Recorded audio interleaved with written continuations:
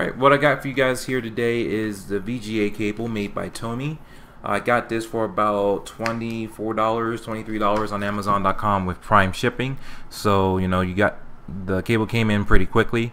So, I hooked it up, and on the TV, it's amazing.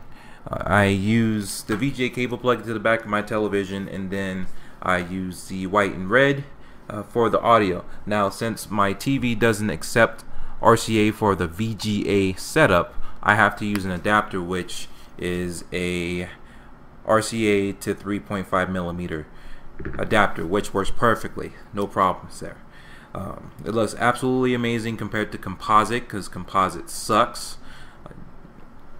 I mean, I understand that it's the most common to use, especially with the 6th and 7th generation consoles. That's most common, but you will definitely see a difference between composite and VGA, because for the Dreamcast, VGA was the best way of getting the best picture for the Dreamcast. Now, it does output in 480p, which in our standards now is nothing. We output stuff in 1080p. 4K now is starting to be more common, but back then, back when it came out in 1998 in Japan, 1999 in the States, VGA was the best possible way to get the best picture out of your Dreamcast. So when I hook it up on my TV, it looks great. It's centered. Everything is bright. It's colorful and detailed. There's no problems. But when you start looking deep in the details, you start to notice like the whites off of just the letters sometimes are too bright to a point where you start seeing the white bleed off the edges of the screen on the bottom and on the top, which it's kind of distracting at times, but it doesn't take away from the complete experience. Composite doesn't usually give you that problem, but it gives you just approximate images of what it's supposed to look like, which is fine too. It gets the job done. On VGA, it's just if you want your games to look amazing.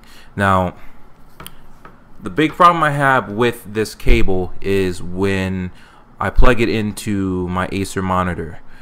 My Acer monitor has a VGA port, a DVI port, and an HDMI port.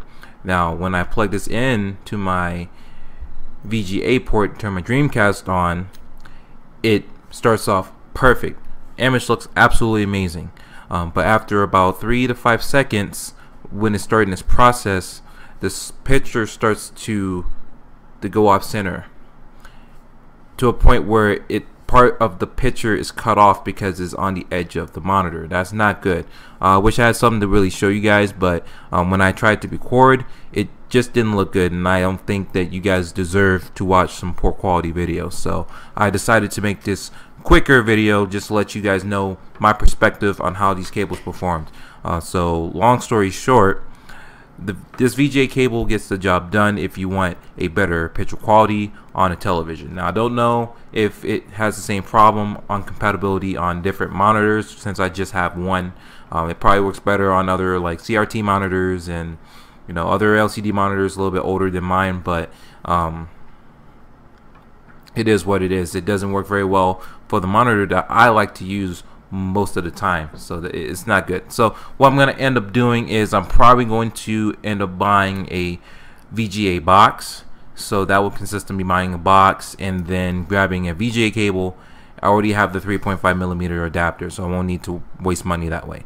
But the box is built to fix compatibility issues like what I saw earlier today with these cables. So if I have to give it a rating between 1 being the worst and 5 being absolutely amazing, I would have to give it a 3, simply because it works on my television, which is cool, but I have a large living room, and since the controllers on Dreamcast aren't wireless, I'm pretty much standing to play my Dreamcast or sitting on the floor, which is cool. I don't really care. It's not a necessity that I sit on the couch. And the fact that it doesn't work very well on my PC is very disappointing, since PC monitors are the staple for VGA ports.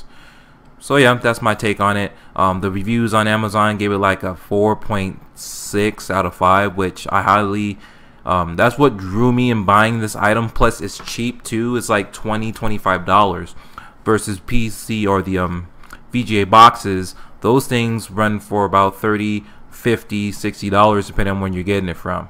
So you know, you definitely have to think about it that way.